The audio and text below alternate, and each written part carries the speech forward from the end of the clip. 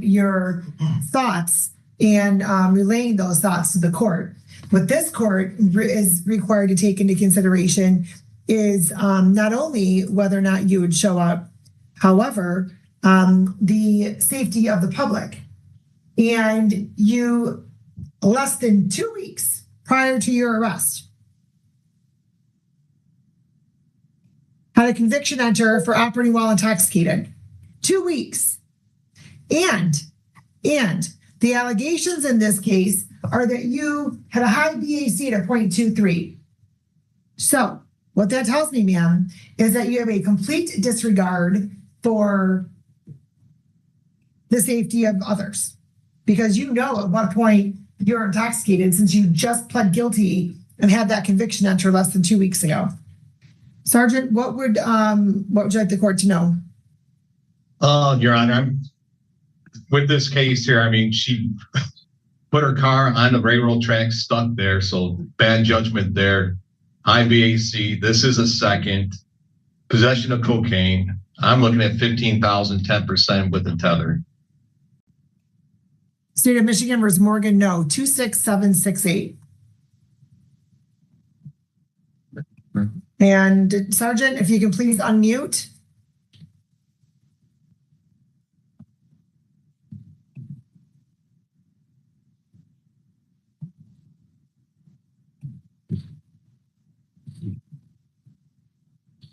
I don't know if I got it. Okay.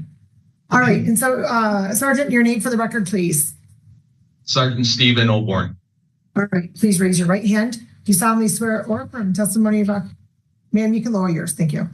Do you solemnly swear or affirm testimony about to give in this matter be the truth, the whole truth, and nothing but the truth? I do. All right. Thank you. You may proceed on the order. On June 7th at approximately 2:58 in the morning, Officer Binkarski and Officer Cox were operating a two-man patrol vehicle when they observed a gray Chevy Malibu with Michigan registration of DSK 2084 stuck on the railroad tracks near Biddle Ave and Alkali. Officers observed two individuals next to the vehicle. They were identified as Morgan Noe and Nicholas Horn. Officers asked Noe and Horn who was driving the vehicle, and Noe stated she was. Officer Cox observed a rolled up dollar bill in the vehicle in plain view below the radio. He then opened the driver's side door to retrieve the paraphernalia, and inside the open center console, Officer Cox observed a clear baggie containing a white powdery substance in plain view. The white powdery substance was consistent with cocaine. Noe stated that the cocaine was hers. Noe was then asked to perform standardized field sobriety tests. After completing the SFSTs, Officer Cox read Noe her preliminary breath test rights, and she agreed to take the test. The test was administered, resulting in a 0.20 BAC. Noe was placed under arrest for operating while intoxicated and possession of cocaine. Horn was placed under arrest for loitering where drugs were kept. Both Noe and Horn were transported to Wyandotte Police Station. Officer Binkarski read Noe her chemical test rights verbatim from the DI-177 form, and she agreed to take a breath test. Noe was administered a test, which produced a sample of 0.22 and a 0.23 BAC. The white powdery substance and rolled up dollar bills were tested using a narc swipe by Officer Cox, and they tested positive for cocaine. The total weight was 9.83 grams. Noe was checked through lean. It revealed that she had one prior conviction for OWI back on May 5th of 2026 out of Ohio. Upon examination of complaining witness, the court does find the offenses charged were committed. There's probable cause to believe the defendant committed those offenses. Counsel, your appearance, please. Good morning, Your Honor. Christopher Schemke appearing on behalf of my client. This time we consent to the matter being heard via Zoom. Thank you. Ms. Noe, your name for the record, please. No. I'm sorry? Morgan, no. All right. Counsel, as to the arraignment. We waive formal reading. My client stands mute. The court will waive the formal reading, enter a plea of not guilty for purposes of the arraignment. And you do have the right, ma'am, to have an attorney represent you. If you're unable to afford one, you may ask for one to represent you. And you did, in fact, have an attorney represent us. You had an opportunity to speak to an attorney today, correct? Yes, ma'am. Yes, Your Honor. It was also signed the petition order for appointing an attorney for felony matters. You also you have the right to be presumed innocent until proven guilty beyond a reasonable doubt. You have the right to have a trial by a judge or by a jury, and you also have the right to remain silent. Anything you say orally or in writing may be used against you in court. Do you understand those rights? Yes, Your Honor. The court, as I indicated, will enter a plea of not guilty on your behalf. Schedule this matter for probable cause conference on June 18th.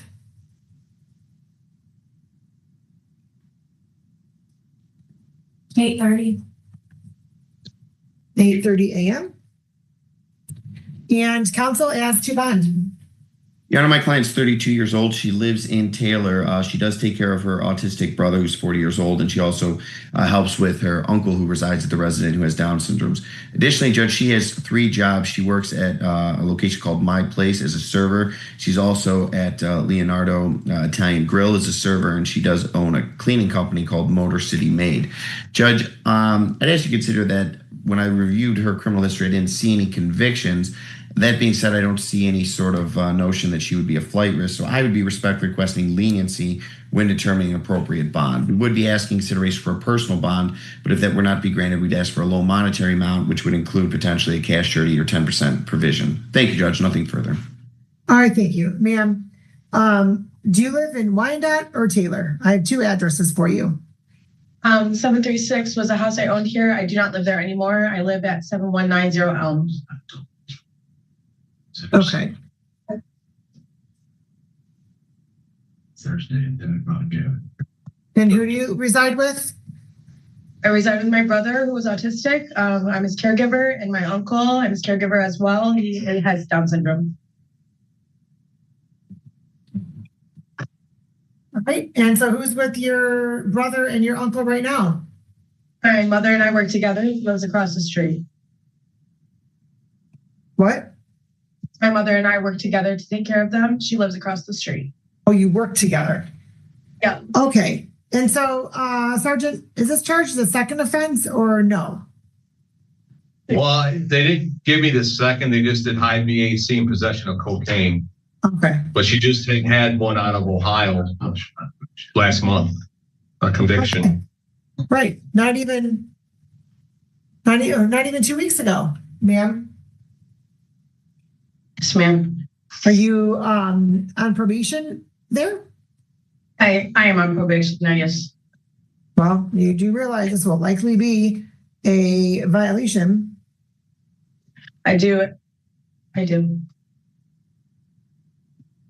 Commissioner, speak, Your Honor.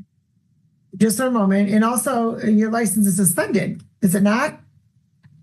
No, it is restricted. I was supposed to get an interlock on June 8th, Monday, June 8th.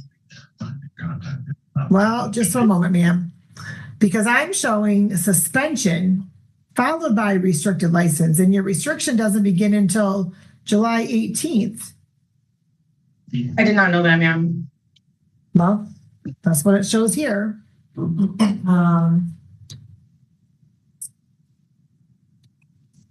then it says, shall not drive a vehicle requiring a commercial driver's license, June 18th through July 17th.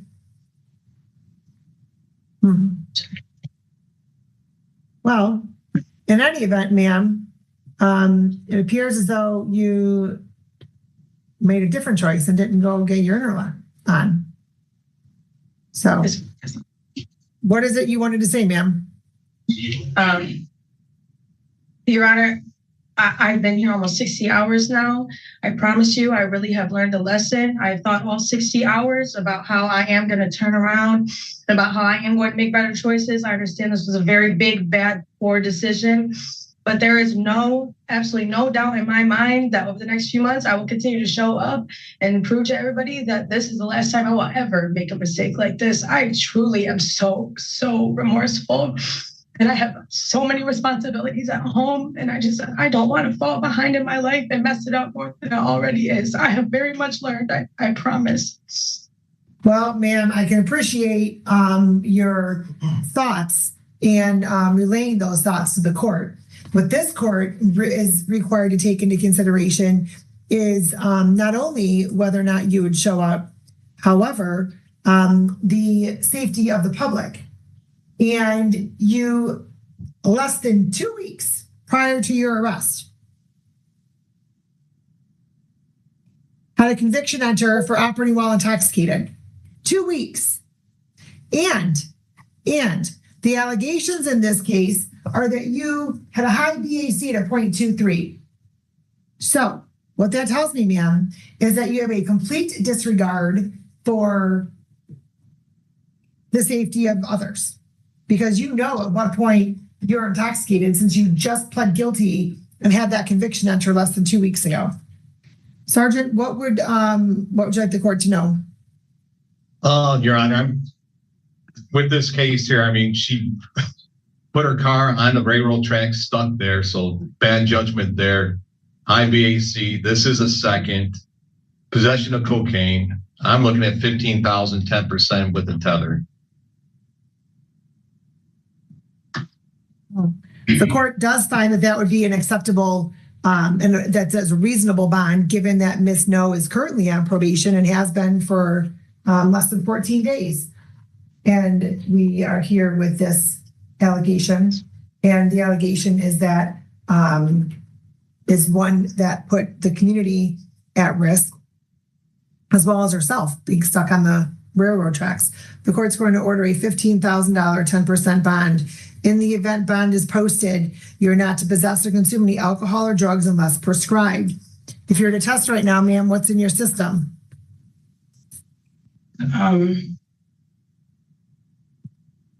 Obviously, this chemical test and then marijuana. That's it.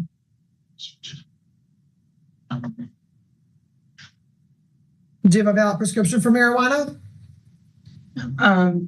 Well, it's recreational. I thought. Ma'am, Can I speak? Excuse me. I'm very much aware it's recreational. I'm asking if you have a prescription for marijuana or a medical referral. Okay, very good. What was your question? When I speak to my attorney, I was not driving this car. I was trying to help this other individual. I was not driving this car. Ma'am, just so you're aware, it's not a good idea for me to speak about the facts of the case right now. Okay?